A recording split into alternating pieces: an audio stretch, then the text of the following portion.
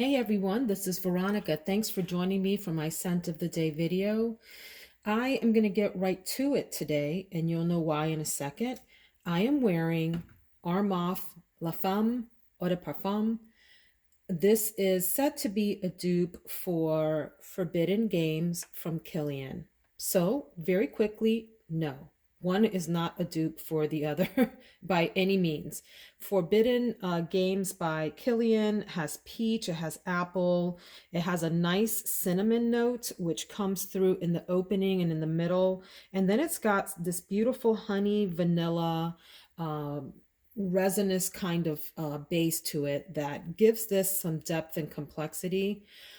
Contrast that then with La Femme Eau de Parfum, which stays fairly linear on your skin the entire time that you're wearing it. I purchased this back when I started my channel, I want to say either in December or in January, upon recommendation from other YouTubers that really like this. And I had only sampled it. I hadn't worn it for a complete day, and it was fine on sample. I thought it was a nice, pretty smell, fairly generic, a fruity floral, non-offensive, girly, fine.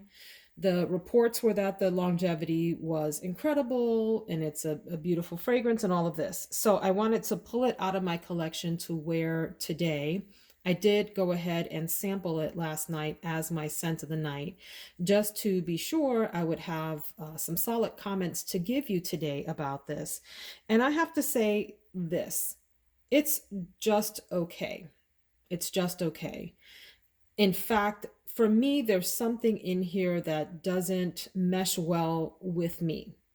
That said, I could see this smelling really nice on other people, and I do think it smells fairly decent in the air. It is a fruity floral in the air. However, on my skin, there's something in the background that I don't get along with. It has in it has plum, orange, bergamot, and gardenia, and in the middle you have jasmine, saffron, lily of the valley, and rose, and base notes of vanilla, patchouli, woody notes, and musk. I want this to be woodier, and I want it to be more pronounced on the plum note and maybe the jasmine. So on the thumbnail, you see that I have saffron there in the corner. And the reason that I included the saffron with the plum, with the orange, and I think there's rose on the cover too, is to me, those notes together in this particular formulation signal an identity crisis for me. This is a fragrance identity crisis. I'm not sure what this bottle wants to be, both in the bottle design and the fragrance inside. So let's take a second to talk about this bottle, which I never liked. When I first got it in the mail, it looked cuter online. And then when I got it in the mail, I was like, what is this? It's like a faux leather, poorly constructed sleeve that sits on top of this thing. Let me show you here. And then what is this? What is this? What? I'm confused. Isn't that just a better bottle right there? Why in the world did this company add this sleevey thing on top of here? It's like a practical joke. This is a practical joke right here. It's packaging. It's horrid. It's horrid. Not only that, but not only is this cheap and poorly constructed and a gathering of the most unpleasant aesthetic elements possible, what in the world does this packaging have to do with the fruity floral fragrance inside? If someone understands this, and I'm being rude to this fragrance, please drop in the comments what it is that this symbolizes and what I'm supposed to get out of that. So I hate this. I hate this. And that's a strong word for me to use. This bottle I am okay with, right? Just like that. And then the fragrance inside, the issue with the fragrance is that for me, it's a fairly generic fragrance. And like I said, there's something in the background, I don't know what it is, that just signals to me that it's not for me. Okay, there's just something about it. So I do get a little bit of the saffron, and I get the other notes that are on the thumbnail, the plum, the orange. It's just that they don't get along with each other. There's something about the way that they sit in here that's like friends who are trying to, people rather, who are trying to force themselves to be friends, but in reality, they don't quite like each other, but they hang out with each other anyway, trying to make that relationship work. That's what this is like to me. So, guys, I tried to layer this with other things to salvage it.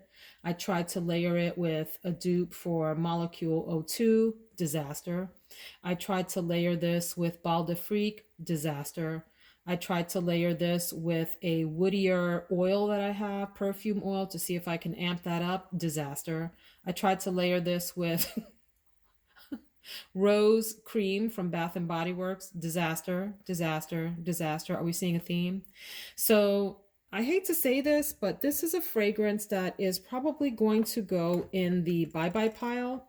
I have been doing this for 5 months now, the YouTube channel, I mean, and I'm probably going to wait till the 6-month mark to put together just a few fragrances in my collection that I don't get along with.